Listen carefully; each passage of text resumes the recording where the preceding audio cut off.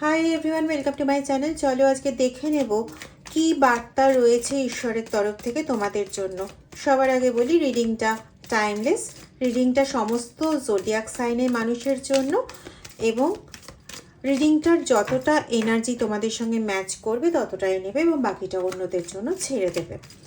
এবার first vision share করি। ভিশনটা হচ্ছে তোমাদের শ্বশুরবাড়ির লোকের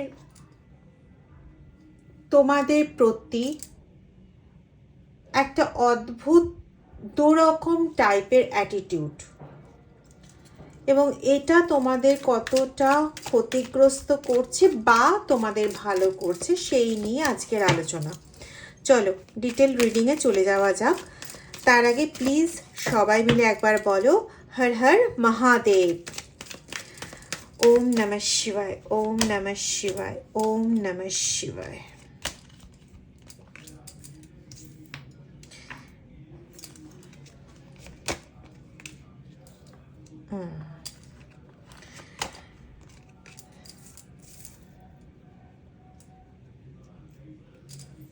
এক্ষেত্রে এনার্জিটা এরকম পাচ্ছি যে অনেকের ক্ষেত্রে সবে সবে বিয়ে হয়েছে বা অনেকের ক্ষেত্রে বিয়ে হয়ে গেছে, ওই পরিবেশের মধ্যে অনেক দিন ধরে রয়েছো। তোমাদের সকলের ক্ষেত্রে এক্ষেত্রে তোমরা 5-8-এর কম্বিনেশন বা 8-8-8-এর কম্বিনেশন তোমরা খুব দেখবে, ঠিক আছে?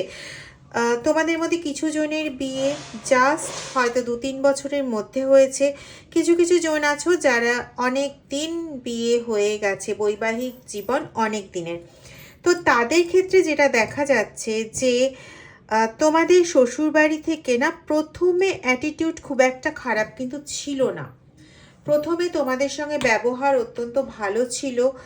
বাবা মা এরকম ছাড়া তোমাদের সঙ্গে কথাবার্তাই হতো না। তোমরা ভাবতে বাপরে আমি বাপের বাড়িতে অনেক মানে এর থেকে অনেক খারাপ কন্ডিশনে ছিলাম, বা আমার বাবা মাই তো এরকম এত ভালো ব্যবহার করে না যেটা আমার শ্বশুর বাড়িতে বাবা মা করছেন, ঠিক আছে? এরকম ধরনের অ্যাটিটিউড। এবং এখানে কিন্তু আমি স্ত্রী পুরুষ মানে স্ত্রী স্বামী নির্বিশেষে বলছি।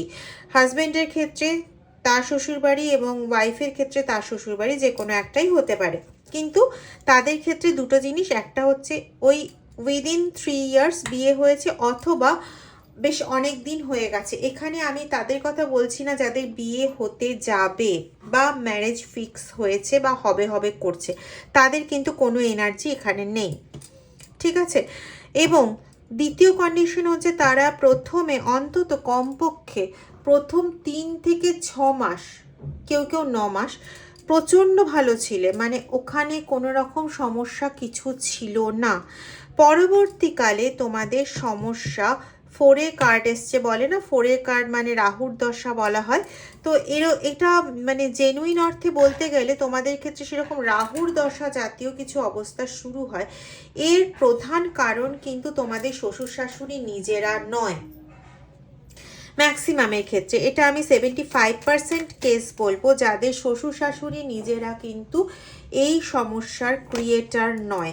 ক্রিয়েটার কারা না, চারপাশের লোকজন হতে পারে, তারা পরিবারের লোকজন, বা বেশিরভাগ ক্ষেত্রে তাদের এনার্জিটা পাচ্ছি হচ্ছে বাকি ভাই বোন। বেশিরভাগ ক্ষেত্রে বোনের এনার্জি এখানে সুস্পষ্ট।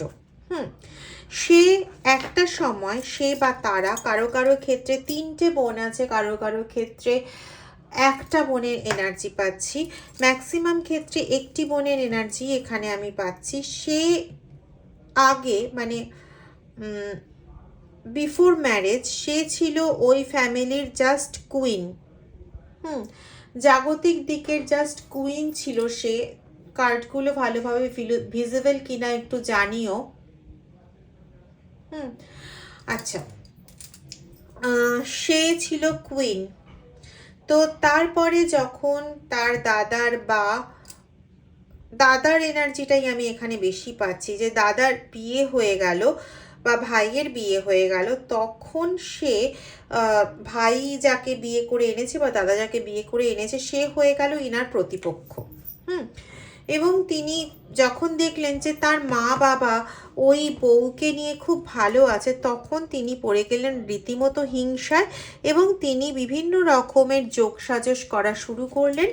এবং যে কোনোভাবেই হোক না কেন তার একটাই স্ট্যান্ড পয়েন্ট তখন, যে মানসিক ভিত্তিটাকে নড়িয়ে দিতে হবে, মানে মানসিকভাবে অস্থির করে তুলতে হবে, যাতে ফ্যামিলিতে ওরা এরকম হ্যাপিলি থাকতে না পারে। এটাই ছিল উদ্দেশ্য।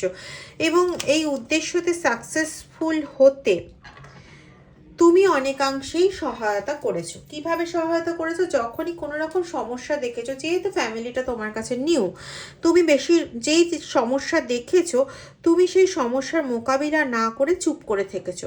তুমি ভেবেছো কিছুদিনের মধ্যে সমস্যা মিটে যাবে, বা তুমি তোমার বাড়িতে জানিয়েছো, তোমার বাড়িতে তোমার বাবা মা এনারা এতটাই ভদ্র যে তারা বলেছেন দাঁড়া, অপেক্ষা কর, কিছুদিনের জন্য অপেক্ষা কর, ঠিক আছে। এবং সেখানে তারা তোমাকে অপেক্ষা করতে বলেছেন যে তোমার রিলেশনশিপ ঠিক হয়ে যাবে, কিন্তু তারা এটা বোঝেননি যে এই সব করতে গিয়ে নিজের মেয়ের জীবন ক্ষতিগ্রস্ত হচ্ছে। পরবর্তীকালে তোমার হাজব্যান্ডও এটা বুঝতে পারেন, কারণ এরা যখন ক্ষতি করতে শুরু করে তখন তারা এটাও ভুলে যায় যে তোমার ক্ষতি শুধুমাত্র একা করতে পারছে না, তোমার সঙ্গে সঙ্গে তোমার হাজবেন্ডেরও ক্ষতি করছে। আমি জানি না কার কার ক্ষেত্রে এই এনার্জি মিলবে। আমি ভেবেছিলাম রিডিংটা অন্যদিকে এগোবে, কিন্তু এখন দেখছি রিডিং সম্পূর্ণ আলাদা দিকে এগোচ্ছে।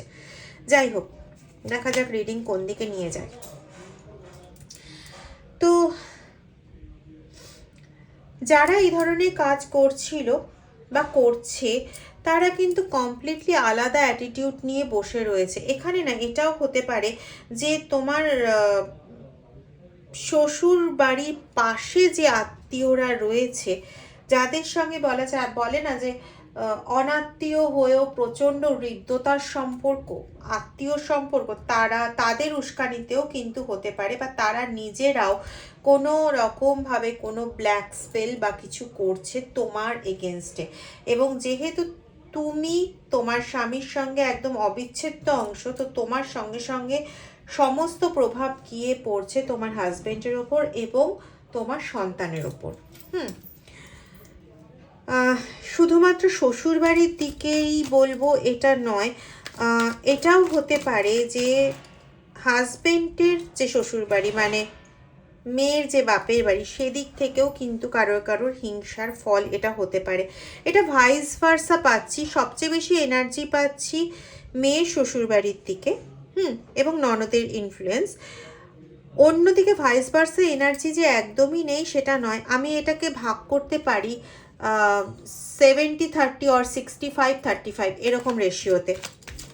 এখানে ক্ষেত্রে যাদের যেসব মেয়েদের ভাই আছে, সেই ভাইরা রীতিমতো তার জামাইবাবুকে হিংসা করছে এবং সেখান থেকে অনেক রকম সমস্যা ঘটাচ্ছে, এবং সেই সমস্যা ব্ল্যাক স্পেল পর্যন্ত এগিয়ে গেছে। এরা কোনো রকম তান্ত্রিক মৌলবীকে ধরেছে। আবার কেউ কেউ এরকমও আছে যারা বই পড়া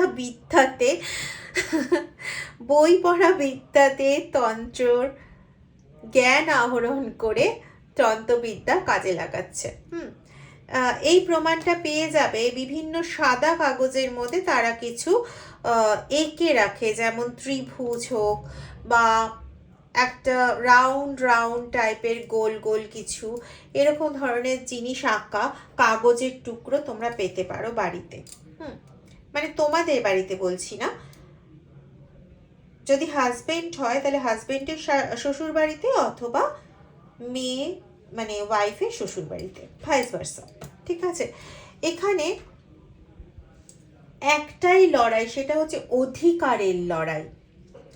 এখানে লড়াইটা হচ্ছে অধিকারের লড়াই, মানে হাজবেন্ডের শ্বশুর বাড়িতে তার যে শালা বা এরা যারা রয়েছে তারা সবচেয়ে বেশি সর্বশক্তিমান আর কি, মানে তাদের কথাই কাজ হবে, জামাইয়ের কথায় নয়, এরকম একটা ব্যাপার। আর অন্যদিকে মেয়ের কথায় কাজ হবে, বউয়ের কথায় নয়, এরকম একটা অদ্ভুত ধরনের মানে এনার্জি পাচ্ছি এখানে। শুধু তাই নয়, সমস্ত কিছু ক্রেডিট, সংসারের সমস্ত কিছু ক্রেডিট জামাইও নেবে না, বৌমাও নেবে না, এরকম একটা তাদের ব্যাপার স্যাপার রয়েছে। এবং এটা করতে গিয়ে না তারা কিছু বোকা বোকা কাজ করছে, এবং এই বোকা বোকা কাজের ফলে তারা অনেক সময় ধরা পড়ে যায়। এবং যখন তারা ধরা পড়ে যায়, মজার জিনিসটা হচ্ছে তখন তারা নিজে যে ভুল করেছে, নিজে যে অন্যায় করেছে, সেটা সেই তৎক্ষণাৎ বাঁচার জন্য মেনে নেয়। এটা এটা এটা 100%, কিন্তু ওই মেনে নেওয়াটুকুনি তারপরে বেরিয়ে গিয়েই তারা প্যাচ কষতে থাকে কি করে পরবর্তী অ্যাটাকটা করা যায়, যাতে এই যে তাকে বাধ্য হলো মাথা নিচু করতে, সে বাধ্য হলো, সেই বদলাটা নেওয়া যায়, সেই বদলাটা, এবং সঙ্গে সঙ্গে তাকে যাতে বধ করা যায়। ঠিক আছে? এবং সেজন্য সে যা যা প্ল্যান করে, সব কাপসের এনার্জি এসছে, তো সে যা যা প্ল্যান করে সে মনে মনে এটাই ভাবে যে আমি যে প্ল্যান করেছি, তো আমি কি আর রাজাকে, আমি যা প্ল্যান করেছি একদম ঠিকঠাক প্ল্যান করেছি, এই প্ল্যানে তো আমার শত্রু, অর্থাৎ হয় ওয়াইফ না হলে হাজব্যান্ড, আমার শত্রু তো এখানে শেষ হবেই হবে। আবার একটা অদ্ভুত এনার্জি এখানে আছে, ইয়েস, দেখো দ্য টাওয়ার এনার্জি, সম্পূর্ণরূপে শেষ করার এনার্জি। এবং বলেছিলাম না, যেহেতু স্বামী স্ত্রী দুজনেই হচ্ছে তোমরা অবিচ্ছেদ্য অঙ্গ, হাজব্যান্ড ওয়াইফ, তো হাজব্যান্ডের ওপর যদি কিছু করা হয় সেটা যেমন ওয়াইফের গায়ে আসবে, তেমনই যদি ওয়াইফের ওপর কিছু করা হয় তাহলেও কিন্তু সেটা হাজব্যান্ডের গায়ে আসতে বাধ্য, এবং সেটাই এখানে হচ্ছে। অনেকের ক্ষেত্রে এই এনার্জিটাও পাচ্ছি যে হাজবেন্ডের ওপর কিছু করা হচ্ছে, এবং তার জন্য এটা ভাইস ভার্সা আছে, হ্যাঁ, মানে একজনের ওপর কিছু করা হচ্ছে, তার জন্য তার বেটার হাফ তার সামনে দাঁড়িয়ে পড়াতে বেটার হাফের ওপরও কাজ করা শুরু হলো। হতে পারে যে সে তার নিজের ভাই বোন বা এমনকি ছেলে বা মেয়ে, তো তার ওপরও কাজ করা শুরু হতে পারে। সুতরাং এটা নয় কিন্তু যে আমার বউয়ের বাপ মা বা আমার বউয়ের ভাই বোন এরা কাজ করছে মানে শুধু আমার উপর কাজ করছে, আমার বউয়ের উপর কাজ করছে না, নট এক্স্যাক্টলি লাইক দ্যাট। এক্ষেত্রে কিন্তু আপনার স্ত্রী বা আপনার হাজব্যান্ড এরাও কিন্তু আপনার শ্বশুর শাশুড়ি বা ননদ বা শালা যেই হোক না কেন তাদের কিন্তু শত্রু বটে। এবং এরা কিন্তু খুব একটা সাধারণ কাজ করে না, শুধুমাত্র নেগেটিভ অ্যাটাচমেন্টের কাজ এদের নয়, এদের কাজ কিন্তু স্পেল অবধি করানো, বিভিন্ন রকমের ব্ল্যাক স্পেল বা চালান ক্রিয়া কিন্তু এরা কন্টিনিউ করতে থাকে, বিভিন্ন রকমের চালান ক্রিয়া এরা করতে থাকে। এবং সাদা জিনিসের মাধ্যমে আপনাদের কিছু খাওয়ানো হয়, খাইয়ে আপনাদেরকে কমপ্লিটলি ভুলিয়ে রাখা হয়, এবং কোনোভাবেই না ওদের দিকে যাতে আপনাদের মনটা না ঘোরে বা ওরা যাতে অ্যাট্রাক্ট না হয় সেই চেষ্টাটা কিন্তু এরা পূর্ণভাবে করে রেখেছে। কিন্তু ওরা এটা জানে না যে আপনি একজন সাইকিক পারসন। কালকে একটা ভিডিও নিয়ে আসবো, যে ভিডিওতে এটা থাকবে যে আপনি সাইকিক পারসন হওয়ার জন্য ওরা মনে করছে যে ওদের অনেকগুলো ক্ষতি হচ্ছে, এই জায়গাটা আমি কালকে কভার আপ করবো, বিকজ আজকে না হলে ভিডিও অনেক বড় হয়ে যাবে। তো এখানে আমি একটাই কথা বলবো, আপনি নিজেও সাইকিক পারসন, তো আপনি না প্রত্যেক দিন মহাদেবের মাথায় জল ঢালুন, একটি নির্দিষ্ট সংকল্প করে জল ঢালুন, এবং হচ্ছে প্রত্যেক দিন ওম নমঃ শিবায় উচ্চারণ করুন। এতে আপনার এই সমস্যার অনেকটা সুরাহা হবে। ভালো থাকবেন। হর হর মহাদেব।